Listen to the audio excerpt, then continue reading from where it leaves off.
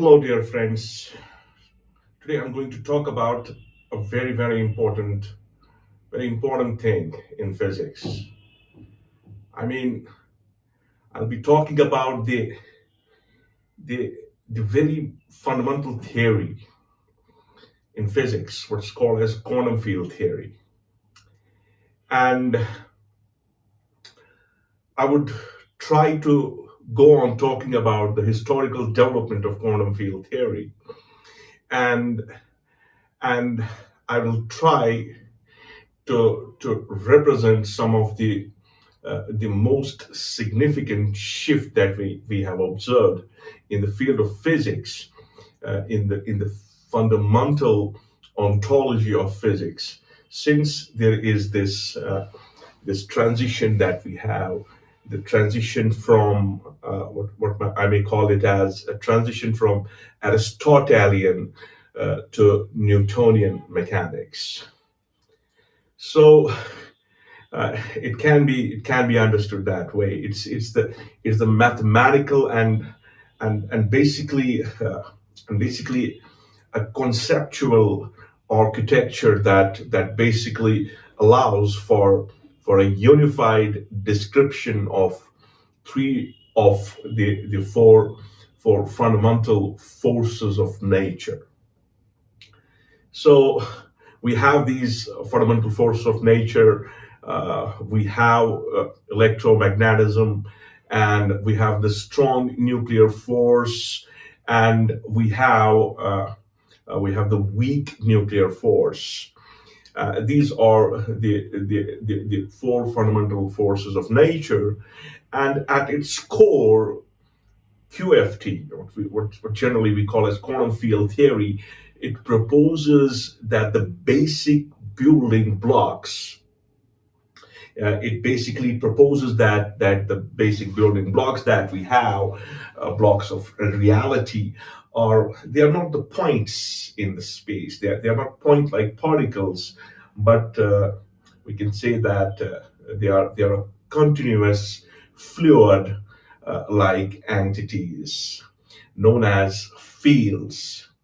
And these fields, what they do is the fields that permeate the entirety of space and time.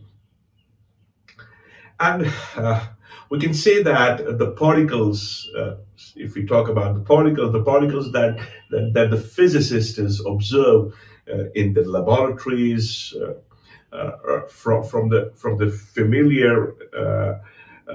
familiar electron to the elusive one, what we call as the Higgs boson, and they are interpreted.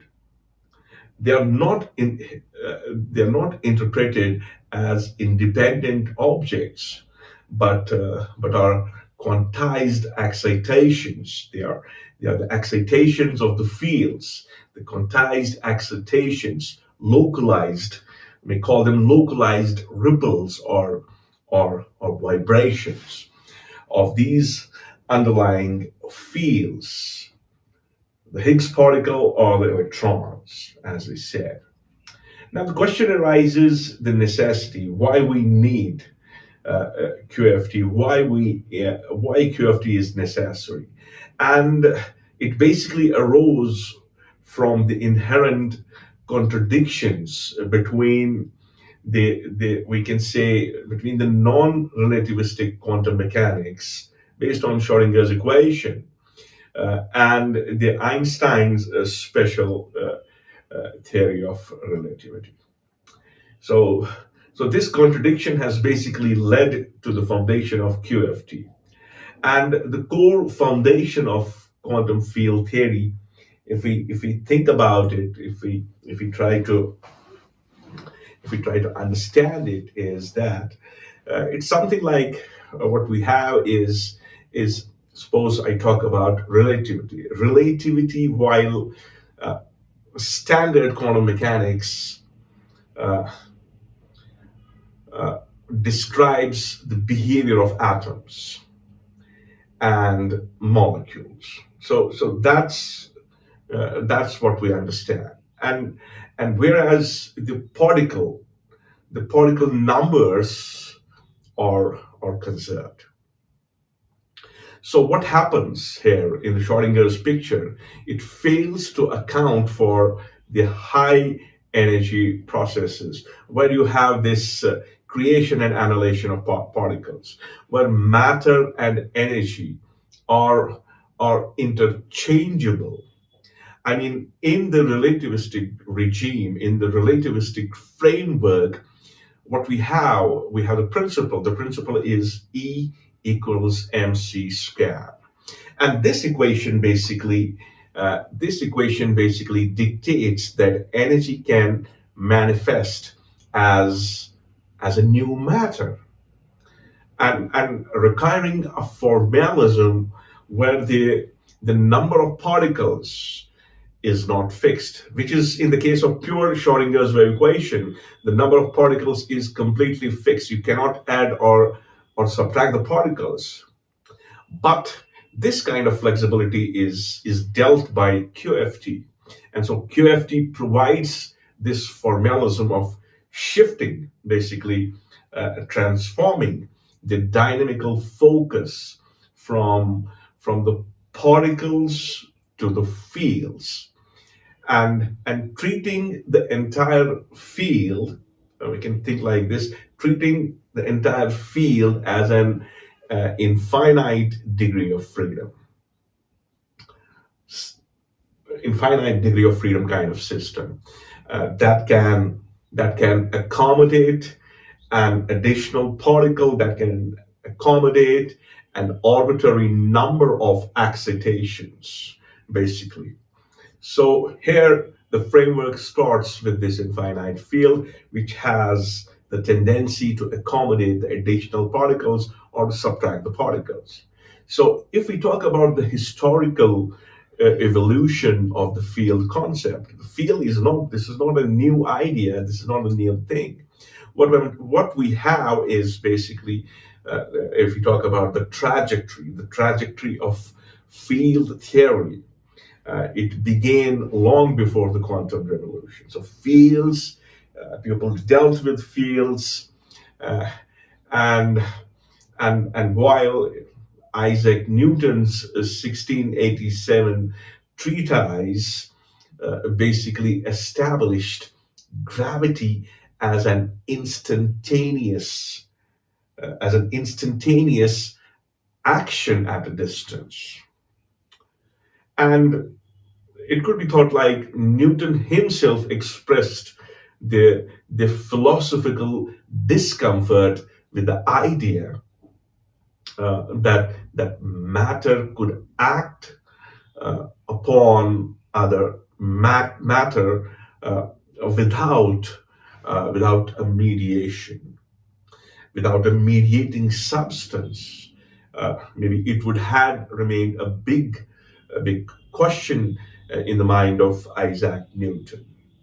So, if we think about the historical evolution of the field concept, we can historically go back to the very, very fundamental arguments. Like, it was not, if I rightly believe, it was not until the 18th and 19th centuries that the field concept emerged as as a physical reality, rather than rather than that of a mathematical version of it, a mathematical convenience, we can say. So historically, we can go back to the very Michael Faraday's visualization. If we talk about the Faraday's experiment, the Michael Faraday visualization of lines of force surrounding these magnets, either artificially created magnets or the natural magnets, provided the first tangible evidence that space itself could possess some physical properties. So the argument started from, we can take it back to Faraday's laws of electromagnetic inductions. And then talking about the James Clerk, Maxwell, what he did, he formalized these observations. He formalized these observations into set of equations, into set of four equations that described the electric and magnetic fields uh, as a single intertwined entity. Now, is this is classical field. This classical field theory definitely refuted uh, action at a distance by showing that it completely refuted that argument by showing that disturbance in the fields can travel. They travel at a finite speed, and that finite speed is arguably what we call as the speed of light. However, classical field theory, it failed basically. The classical field theory could not explain the discrete behavior of matter at at the small scales, we can say, at the scales of atoms, electrons, nucleus, and molecules, and leading to this eventual necessity of quantization, because the quantization that we have at the very small scales is not consistent with the classical fields that we have been talking about. So if we think about this argument, and we would like to move on with some mathematical foundation of QFT, I believe it's the quantum mechanical harmonic oscillator. It's the basis of the quantum field theory. The primary mathematics or the primary mathematical engine of quantum field theory is this, as I said, is this quantum harmonic oscillator, and uh, and we have this harmonic oscillator problem. We know about it, and we know the mathematical foundation of this quantum mechanical harmonic oscillator, where we have those quantized energy levels for an ideal harmonic oscillator. So, so what we have the quantum mechanics, we have the quantum harmonic oscillator, and this quantum harmonic oscillator describes a system returning to equilibrium with energy levels that are basically restricted to be discrete, restricted to be discrete values. So what QFT does with this harmonic oscillator, what we have E equals, what QFT does is it extends this harmonic oscillator problem for every point in space as a potential site for an oscillator. What I'm trying to tell you here is that if we think about a classical field can be decomposed into a series of waves of different frequencies, frequency 1, frequency 2, frequency 3, through the very mathematical tool that we have, what we call as Fourier analysis. And in quantum field theory, each of these modes is basically quantized. Each of these modes is quantized as an independent harmonic oscillator. And and you treat the problem, you try to solve the problem. And what you obtain is the energy of such a system is given by the very expression, what is E is equal to n plus half h bar omega. Now, in this context, what we have in this context, uh, what we have is we have h bar. H bar is the reduced Planck's constant, and if you see this k is the frequency of modes, And nk, if you see nk is an integer representing the level of excitation. Now, this nk that you are able to see in this equation, this nk, it's the revolutionary step in the quantum field theory. It's a revolutionary step, and to interpret this n of k, it represents the number of particles present with momentum k. This is what it represents. What does it mean basically is this allows the theory itself, it allows the theory itself to handle the systems where particles are created or destroyed, created or annihilated by simple by simple mathematical identities. So what we have, the creation and annihilation operators. Okay, we have these operators, and by changing the excitation levels of the field, if we change the excitation, if we change the excitation levels of the field, that change leads to what's called creation and annihilation operators. So you have the mathematical framework for these operators, and what it means is there is the manipulation of these energy levels. The energy levels are manipulated. These energy levels are the manipulations are performed via these operators, these creation and annihilation operators. And for that, you have a mathematical framework, what you call dagger. You have a dagger, and you know those mathematical arguments that how can you add a particle to your system, or how can you subtract a particle from your system. So this addition and subtraction is coming via these operators. An operator can remove a particle, you may call it, it may destroy a particle, and an operator can create a particle. So these operators, what they do is they basically obey some specific commutation relations. And these commutation relations are separate for bosons.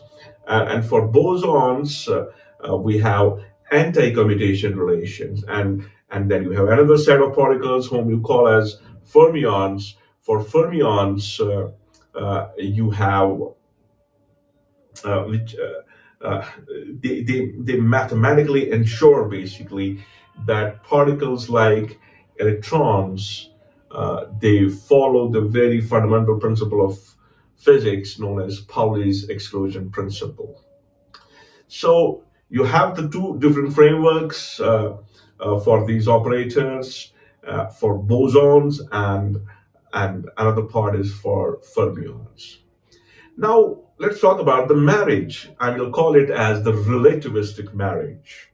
And what I'm trying to tell is that quantum mechanics and special relativity, you have to marry the two theories. And this marriage leads to what's called as standard quantum mechanics. So standard quantum mechanics relies uh, it relies on Schrodinger's equation. But at the same point of time, I would say that Schrodinger's equation is non-relativistic. So if it is non-relativistic, it basically treats space and time differently. Space uh, makes space as an operator, and time as a parameter. This is how Schrodinger's equation treats the space, because for space you have dimensions, then you have time. Now, if we think in terms of the relativistic framework, and as we know what's relativistic means, and the speed of the particles goes close to the speed of light. So special theory of relativity requires these coordinates to be treated on equal footing as the components of four vectors in Minkowski space-time. So, uh, so what QFT basically does is QFT achieves this by, I can say it achieves this by demoting position from a dynamical variable to to to a mere label similar to the time. This is what QFT does with these position coordinates. And the relativistic nature of QFT leads us to several fundamental consequences. And first of all, I would say that at the very first, every particle must have a corresponding antiparticle. This is the argument. So if you have a particle, its antiparticle should already exist in the system. And this idea has emerged initially, basically, this idea has initially come from the Paul Dirac's attempt, his attempt to find the square root for this Klein-Gordon equation, where we know how to obtain this Klein-Gordon equation, and then the work of Paul Dirac on Klein-Gordon equation resulting in what's called as Dirac equation. So what was special about the Dirac here is while Dirac initially proposed what he proposed Hall theory, interpreting a missing electron in the sea of negative energies as as a positron.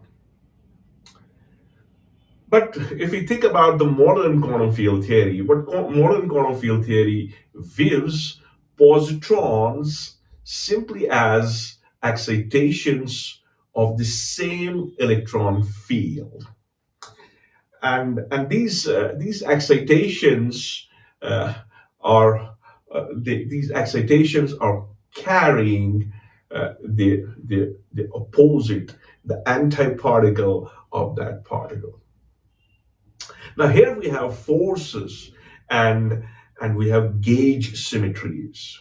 So what are these gauge symmetries?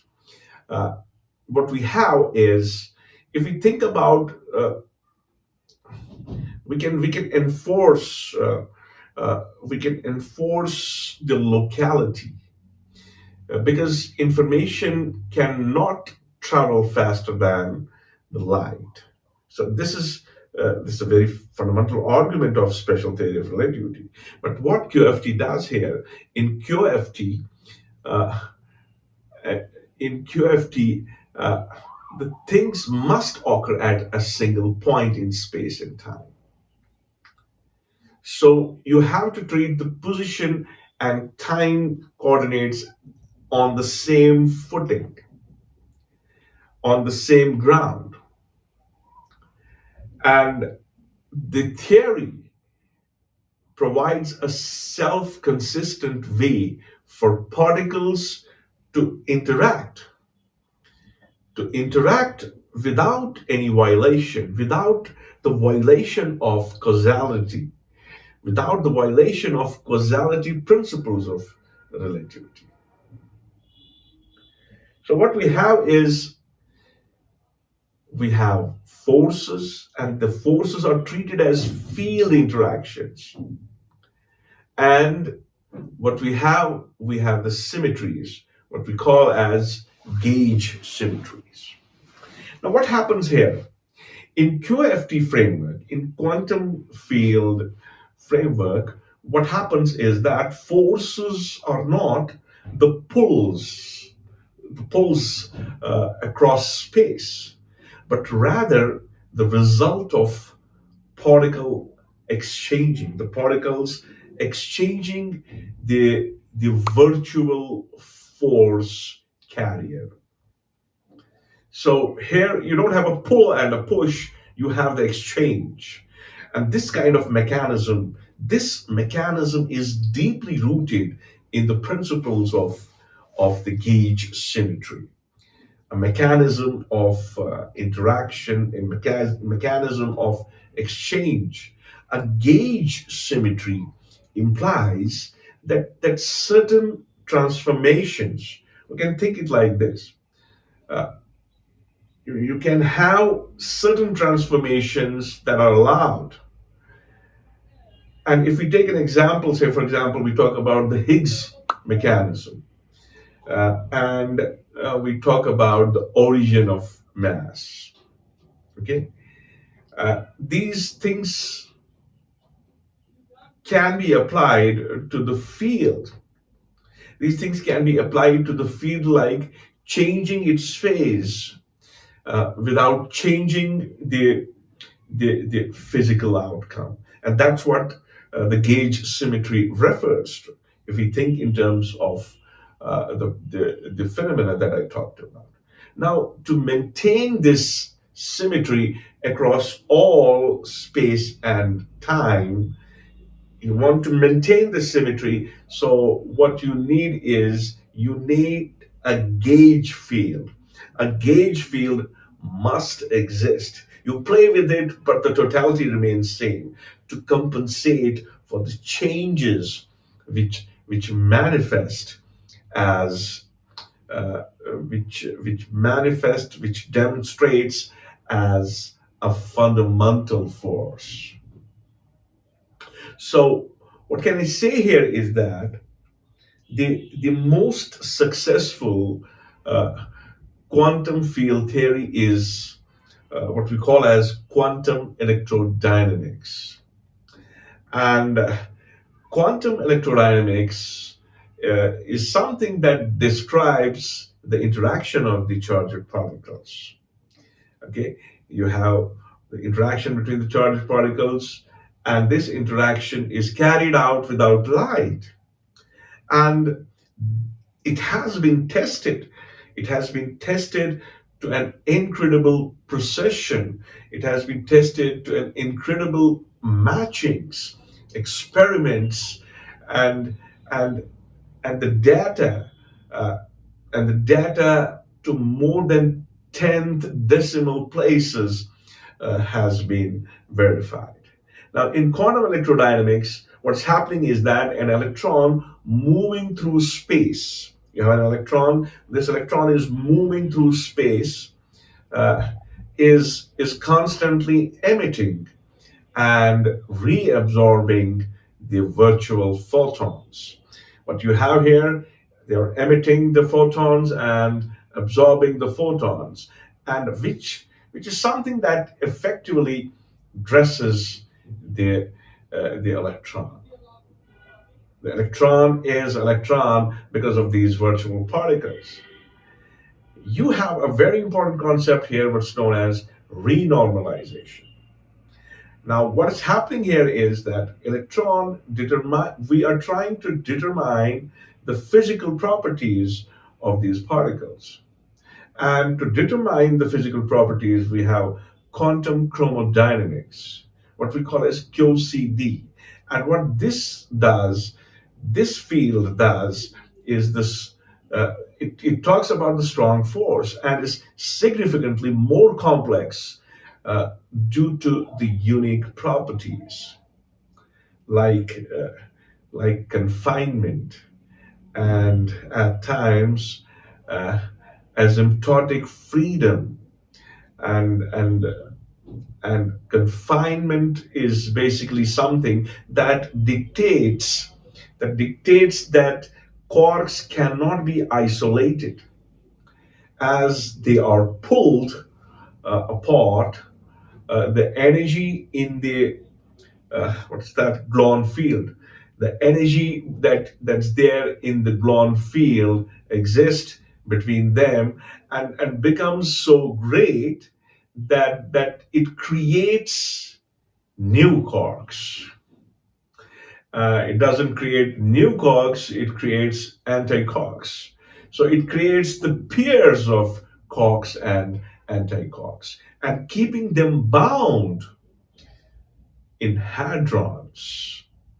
So this is why you cannot have an independent quark. So asymptotic freedom, if you think about the asymptotic freedom, conversely, what it means that at extremely high energies, you give tremendous energies, but you cannot separate a quark.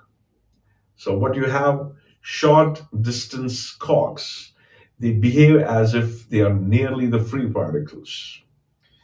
This is another argument that comes from the same theory. Now, let's try to pedagogize it. Let's go to the pedagogical framework of this quantum field theory, the pedagogical framework, and start with the Higgs sector, the Higgs formalism, the Higgs sector, and this is something that gives the origin to the mass. Now, I can say that a major challenge in the early quantum field theory was the gauge symmetries.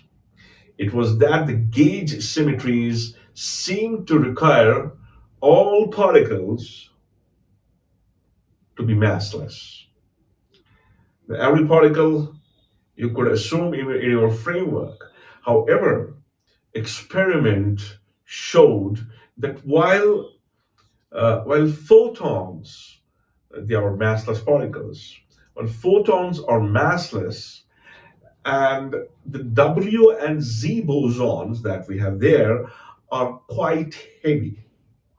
The Higgs mechanism was proposed, and this mechanism was proposed in 1964 as a solution to this problem, as a solution to this discrepancy, as a solution to something that was contradicting from theoretical and experimental point of view. So what we have is the Higgs field. This Higgs field is unique because unlike electromagnetic fields, and think about the electromagnetic fields, which average to zero, you can average out the electromagnetic fields to zero in vacuum. The Higgs field has a non-zero value.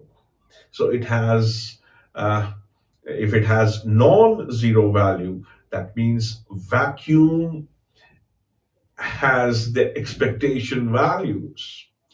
Everywhere, this is often visualized in this fashion, in this framework. Now, this field theory has tremendous. It has a lot of applications, and uh, it has this theory has a potential. Basically, it has a potential where the state of the lowest energy uh, is not at the center. It's not at zero, but it's in the rim. It's non-zero. It's a non-zero field.